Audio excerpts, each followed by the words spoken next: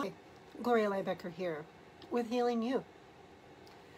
Today I've been thinking about our culture, how our culture tends to be very fast-paced, and there's really a high bar on expectations for doing well and being successful. And what that can look like for some of us is we can be confused, really not quite understanding how to meet those expectations, because there's a bar of perfectionism that seems unreachable. And for some of us also, there's just so much information to keep up on. There's always something new to learn or to implement or to apply in our job or in our life. So much, and it's so fast. And then we start to feel really stretched too thin. And I know for me, when I get stretched too thin, then that inner looping critical voice, it gets bumped up a bit. And I start to become hard on myself. I can become critical of others. And it just keeps looping around. And then the relationships suffer.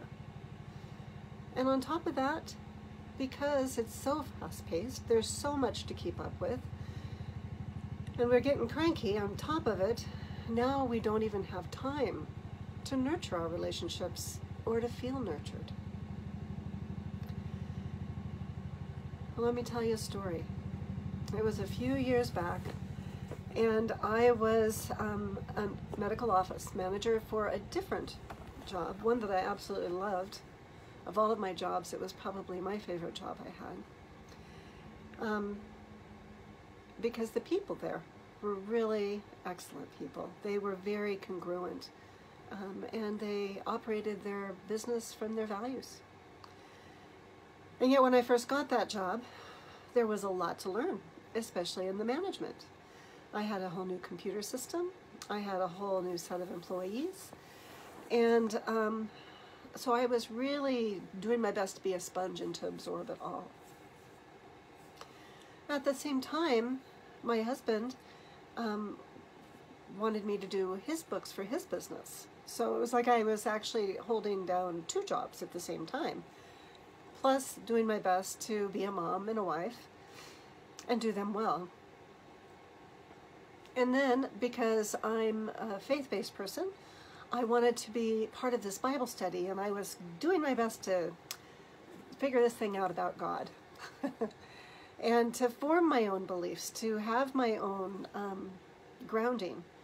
So I joined this Bible study, and I became the leader, a children's leader in that program.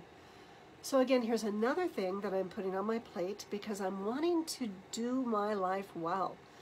And there's so much to do. There's so much information.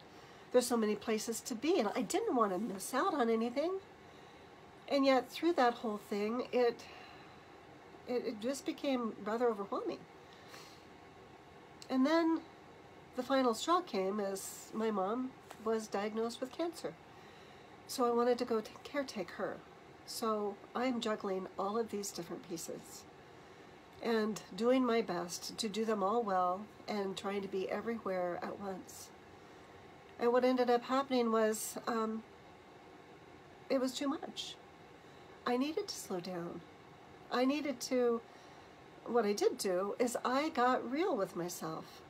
I slowed myself down into my heart. I began to acknowledge what's most important to me, and I discovered what I could begin to do differently. I could begin to ask for what I need. If I don't understand something, then speak up and name it and own it in order to be able to receive the information that I needed, or to have a shared mutual understanding with others. And the other thing you can do is I could unplug from all of my devices, from the phone, from the computer, and just take a day off midweek. And that in itself is a little slice of heaven. To really maybe be out in nature, that's my favorite go-to, and feel the sunshine, feel the wind, feel the grass. And another thing is to be really clear. I found out that I could schedule my life and I could make sure that I was prioritizing time and delegating what I could delegate so that everything wasn't up to me. And what was really important to me was to prioritize relationships.